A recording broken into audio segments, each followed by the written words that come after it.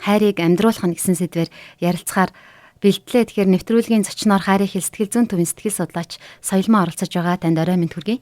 Баярлалаа чамчсан. За тэгэхээр ер нь хайр гэдэг маань хүмүүсийн яг сэтгэл зүрхний тэр нэг дулаахан мэдрэмж, нандин мэдрэмж юм шиг байгаа. Тэгэхээр ер нь хайр хүнд жаргал, зовлон аль аль нэг нь авчирдаг. Бас хүмүүс хайрыг өөр өөрийнхөөроо төсөөлдөг гэд хайрын талаар яриад байвал олон зүйлүүд байгаа л да. Тэгэхээр яг хайрын тухайтай хамгийн үнэн зөв мэдээлэл ер нь юу юм болоо? Хайр гэж ер нь юу хэлэх юм бэ? Энэ талаар сэтгэл судлаач маань ямар хариултыг өгөх вэ? За тэгэхээр хайр гэдэг бол ер нь хүн төрөлхтний хамгийн их одоо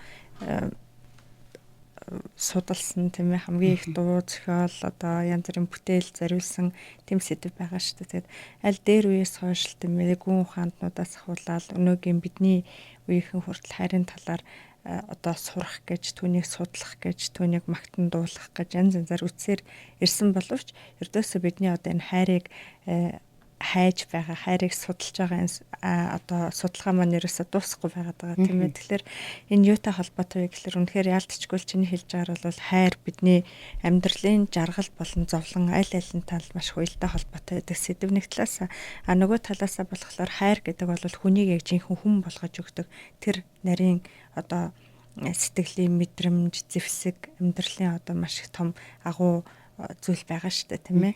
Тэгээд яг хуу бид нар ч гэсэн яагаад энэ сэтгэл зүйн боловсрал оруулахын цуврал нэвтрүүлэгтээ энэ хайрыг амьдруулах гэсэн сэдвийг оруулж яагаад хайрын тухай ярих болсон бэ гэхээр өнөөгийн одоо барууны төдийгүй манад ч гэсэн ялгаагүй судлаачдыг үзэж байгаагаар бол ер нь хүм төрөлхтний өмнө нүүрлээд байгаа хамгийн одоо хүнд асуудал бол хорт хавдар юм уу эсвэл ямар нэгэн тахал биш харин энэ хайрын хомсдол, хайрын ядуурал, дутагдал тэгээд энэ хайрыг бол хүмүүс амьдруулах чадваргүй болж байгаа энэ байдал маань одоо хүмүүс хүн төрөлхтөн бидний өмнө тулгараад байгаа том мөхөл гэж үзээд байгаа юм л та. Тэгэхээр ер нь ингээд сэтгцэн өвчтөй хүмүүсийг аваад үзэхэд эсвэл одоо янз бүрийн гэмт хэрэг хийж байгаа тэ буруу замаар явж байгаа хүмүүсийг аваад үзэх юм уу эсвэл сал сарнж байгаа гэр бүлийг аваад үзэх эсвэл хаа нэгтээ энэ болж байгаа дайн дажин энэ бүхнийг одоо нөхцөлдүүлж байгаа гол хүчин зүйл бол яалтчгүй хайрын хомсдол байгаад байгаа юм л та. Тэгэхээр ингээд хүн төрлөختний төвхөнд ч гэсэн маш их аимшигтай тэр том дайныг үдээж байсан Гитлер бид нар маш сайн мэдэн штэ. Тэр хүнийг одоо сэтгэл судлаачдад сургам хүмүүжүүлэгч түүний хүүхд ахуйнаас бага насыг бас нэлээд сайн судалж үзсэн байдаг л та. Тэгээд тэр хүн бол өөрөө багтаа маш хайр амсаагүй хайрын одоо ядууралд орсон тийм сэтгэлтэй хүн байсан гэдгийг тогтоосон байгаа. Тэгэхээр энэ бол одоо хайрын хомсдол, хайрын ядуурал нь ямар үр дагавар төрөж болох вэ гэсэн нэг одоо маш их тодорхой жишээ байгаад байгаа л та. Тэгэхээр яг хайрыг болохоор хүн бүхэн их олон талаас нь одоо тодорхойлох гэж, таньж мэдэх гэж, нээх гэж оролддог байгаа штэ. Мэдээж бид бүхэн тийм ээ хайр бол тэр сэтгэлийг бүлээцүүлдэг, тэ хүний сэтгэлийг одоо дулаан болгодог гэр бүлийг одоо нэгтгэж өгдөг тэр одоо сайхан дулаан дотн мэдрэмж гэдэг талаас нь бид бүхэн маш сайн мэднэ. Гэтэл нөгөө талаасаа болохоор хайр гэдэг чинь бол бас шийдвэр юм байна гэдгийг одоо судлаач тогтоогод байгаа. Тэгээд магадгүй одоо нэлээ хэдэн амьс илээсэн одоо амьдралын янз бүрийн зүйлийг үтсэн хүмүүс маань бол бас үнтэй санал нэгдэх байх гэж бодож байна л да. Тэгэхээр бид нар өнөөдөр энэ хайр гэдэг нь бол зөвхөн сайхан таатай тэр дурлсан гоё одоо сэтгэл догдолсон тэр мэдрэмжээсээ илүү бид бүхний зүгээс гаргадаг шийдвэр нэг талаасаа нөгөө талаасаа бас хүн өөрөө өөртөө ажиллах тэр ажил гэдэг үгнээс нь бид нар сонсогчтой ярмаар байна. За эхний сонсогч аавь. Байна уу? За танд өчигний минь хүргэе амьдралын очиг нэвтрүүлэг. За. Өнөөдөр бид хайрын талаар ярилцж байгаа. Хайр гэдэг маань юу шүү дээ. Өргөн үргэлж асуудал л та. Биш дээ юу? Тийм шүү. Тэгэхээр би нэг турчин нэг бомгч гэдэг юм уу нэг юу таа бүхэнд ярьж үйшэж байгаа. Ямар гоё юм бэ. За тэгээ. Нэг шарангийн нэг ялтгүй хүн байсан байхгүй юу? Тэгсэн чинь тэр маш хэцгээр 2-3 хүний амиг хүн олсон. Нэг тийм хүн байсан боо тэгээд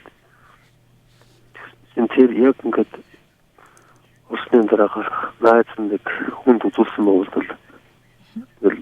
хүнд. Тэгсэн чинь боо наагч хүн алхаас яах вэ? Ихийн ангир уураг гэж юу вэ гэдгийг даалгавч нь онцолж үзээгүй. Тэгэхээр наагч хүн алхаас яах гэж хэлсэн байгаа юм л да. Тэгэхээр би нас зөвхөн юу асуух гэдэг юм хэрэг. За. Хүний хайр гэж юу юм бэ? Юу юм? Тэр яг өөртөө та хүн юу гэж үзтий? Зүгээр чиний хөрчөөс яг хулгайч үний хүүхдийн хулгайчтэй. Жисэн тэр заавал тэгдэг юм түлхүү алтан хүний хүүхдийн чинь над ялтан шүү гэж хэлж болохгүй үстэй. Тийм шүү. Тэгэхээр энэний учир зүгөөс ялгаж тайлж өгмөр байгаа. Тэгээд хамгийн гол нь би тэр урдны тэр асуудал хайр гэж хүн яг юу юм бэ гэдгийг л яг ойлгомжтой тайлбарлаж өгөхгүй бол одоо өнөөдөр ингэж байна шүү дээ. Чиний хайртай. Түлхүүнд. Ааха. Залуусын дунд бол маш ирдэг байгаа. Тий. Тэрийг бүр хайраараа залаалаа гэж. Хайраараа тэр хүн одоо хайр мөн үү? Хайр мөн үү? Дарамт шахалт үзүүлээд байна шүү дээ, тийм ээ. Харин тийм. Тэгэхээр энийг хайр гэж юу юм бэ гэдгийг л тайлбарлаж өгөөч л гэж байна. За баярлалаа. Маш гоё түүх ярьж өглөө. За баярлалаа. Тэгэхээр яг үнэн л дээ ялтчгүй хүмүүс яг хайр гэж юу юм бэ? Хайрлна гэж одоо яг юу хэлээд байгаа юм бэ гэдэг тал дээр ойлголт маш хомс болчихсон учраас ер нь хайрын тал дээр бол маш их олон буруу ойлголт төсөөллүүд байдаг л да. Тэгэхээр зарим хүмүүс болохоор яг саяны жишээн дээр хэлснээр одоо хайр гэдэг бол бэлгийн харилцаа гэж ойлгодог. Тэгээд хэрвээ би хэн нэгэн хүнтэй хамт байхад надад таата мэдрэмж төрөөд тэгээд миний одоо хүсэл бэлэгдэж явах юм бол энэ бол хайр байна гэж маш ташаа ойлгодог байгаа. Зарим нэгэн хүмүүс нь болохоор хайр гэдэг бол романтик, гоё мэдрэмж гэж ойлгодог тийм ээ. Одоо түрүүн бид нар ярьсан шүү дээ. Ингээл сэтгэл догтлоод, зүрх цахилаад тийм ээ. Ингээл тийм байх юм бол энэ романтик байдал бол хайр байна гэж андуурдаг. Тэгээ нэг талаасаа бол энэ романтик байх, сайхан мэдрэмжүүд бол яалтчгүй хайрыг бүрэлдүүлж байгаа хэсгүүд нь мөн л дөө. Гэхдээ энэ бол зөвхөн ганц одоо тийм ээ утга учир нь биш гэдгийг бид нар бас маш сайн мэдэх хэрэгтэй. Тэгээд дараачих нь бас нэг буруу түгээмэл байдаг ойлголт юу вэ гэхээр хүмүүс бас хяналт одоо би чи надад хайртай юм бол чи бараг миний хүснээр байж миний нөгөө нэг далсан газар гарч ирж далсан газар ил гараад далсан газар алга болно гэдэг. Тэгэхээр өөрөөр хэлбэл нөгөө хүнийг бүр өөрийн нэг боол юм шиг өөрийнх нь хэрэглэгдэх үйлчимшил юм шиг тэгж ханддаг энэ буруу ойлголт байгаад байгаа. Энэ бол хайр биш гагцгүй одоо нөгөө хүний өөрийг нь гэсэн тэр сайн сайхан сэтгэлийг одоо буруугаар ашиглаж байгаа тийм одоо гажуу үзэгдэл байгаад байгаа л та. Нөгөө талаасаа зарим хүмүүс болохоор хайр бол золиос гэд ойлгоод тэрэндээ итгэчихсэн хүмүүс байгаа байдаг.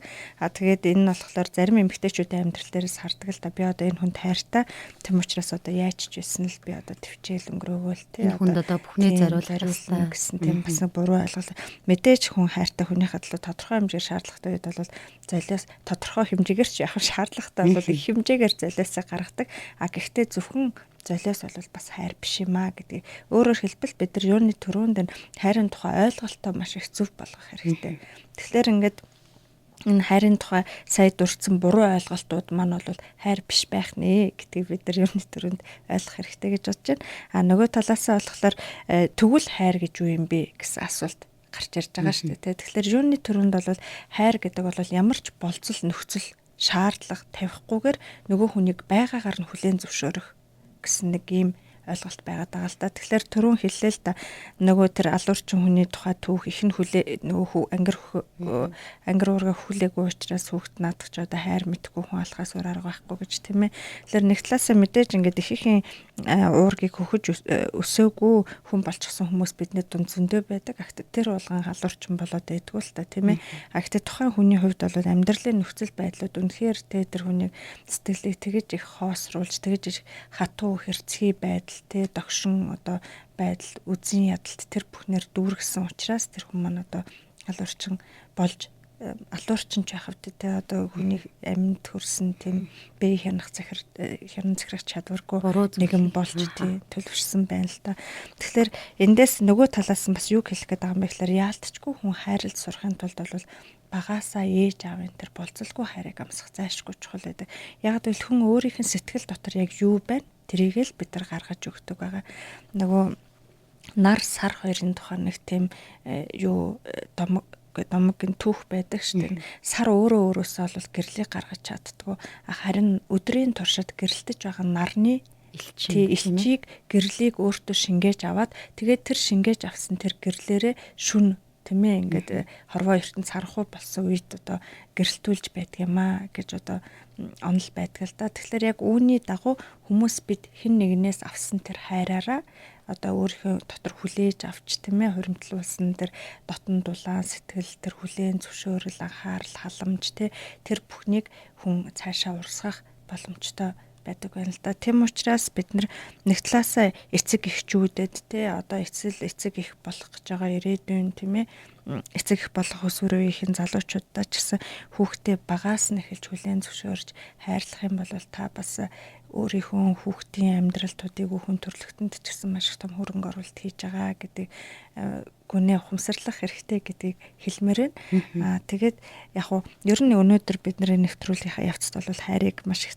олон талаас нь авч үзнэ. Ямар бүтцтэй байдгийг, яаж илэрдгийг гэх мэт. Тэгэхээр энэ явцын донд бол саяны сонсогч маань өөрийнхөө асуултыг хариултыг олж авах байхаа гэж бодож байна. Цаар гэдэг зүйл одоо ямар бүтцтэй зүйл байд юм бэ гэдгийг бас ярилцаад цаашаа ярилцлага өргөжлүүлье. За тэгэхээр ялцчгүй яг хайрыг амьдруулахын тулд энэ хайр маань яг яаж илэрдэг юм бэ? Ямар хэсгээс бүрддэг юм бэ гэдгийг ойлгох нь бол маш чухал дараагийн алхам байгаа юм л та. Тэгэхээр нэг номонд бичээстэй байдаг л да хайр гэдэг бол даруу. Хайр бол төвчээр. Хайр бол үнэнч сэтгэл. Хайр бол өөрийн зүвийг биш нөгөө хүний зүвийг хүлээн зөвшөөрч чаддаг. Хайр бол өөрийнхийг хайдаггүй нөгөө хүний сайн сайхныг хайдаг. Тэгээд хайр гэдэг бол мэдээж бас амар тайван. Тэгээд нэг талаасаа хайр бас төвчээр. Тэгээд биеийг хянан захирах чадвар гэж байгаа л да. Тэгэхээр энэ тодорхойлолтоос аваад үзэх юм бол хайр гэдэг маань бол маш их баялаг, өргөн агуулгатай зүйл байгаад байна. Тэгэхээр нэг талаасаа мэдээж хайр бол тэр гоё сайхан мэдрэмж бол зайлшгүй мөн. Гэхдээ нөгөө талаасаа бол бас хайр гэдэг бол хүний сэтгэлийн олон зан чанаруудтай холбоотой тэр одоо баялаг агуулга байгаад байна л та. Тэгэхээр түрүүний чиний асуултанд хариулахын тулд хайрыг яаж амьдруулах юм бэ гэхээр олон хүмүүс төвчээргүйгээсээ болж өөрийнхөө хайртай хүний итгэлийг алддаг. Тэгээд өөрийнхөө амьдралыг бүснүүлдэг шүү дээ. Тэгвэл төвчээр бол зайлшгүй хайрыг амьдруулах нэг арга зам мөн болоод байгаа үстэй тийм ээ. Одоо олон залуус манай өнөөгийн нийгэм ялангуяа элбэг тохиолдож байгаа үзэгдэл юу вэ гэхээр нөгөө гэр бүлийн гадуур бэлгийн харилцаатай, хайр сэтгэлийн харилцаатай боллоо. Тэрнээс болоод эхнэр маань хаяад явлаа, нөхөр маань саллаа, хүүхдүүд маань өнчрлөө гэсэн гашуун түүхүүд байгаад байдаг шүү дээ. Тэгвэл хэрвээ энэ тохиолдолд бид нар тэр төвчээр гэдэг зүйлийг амьдралтаа хэрэгжүүлж сурах юм бол хэрвээ бид нар тэр зүйлд суралцаж чадах юм бол бид зайлшгүй өөрхийн ирээдүйг, өөрхийн амьдралыг эхнэр хүүхдээ хайрлаж байгаагийн хэлбэр болчихно л та.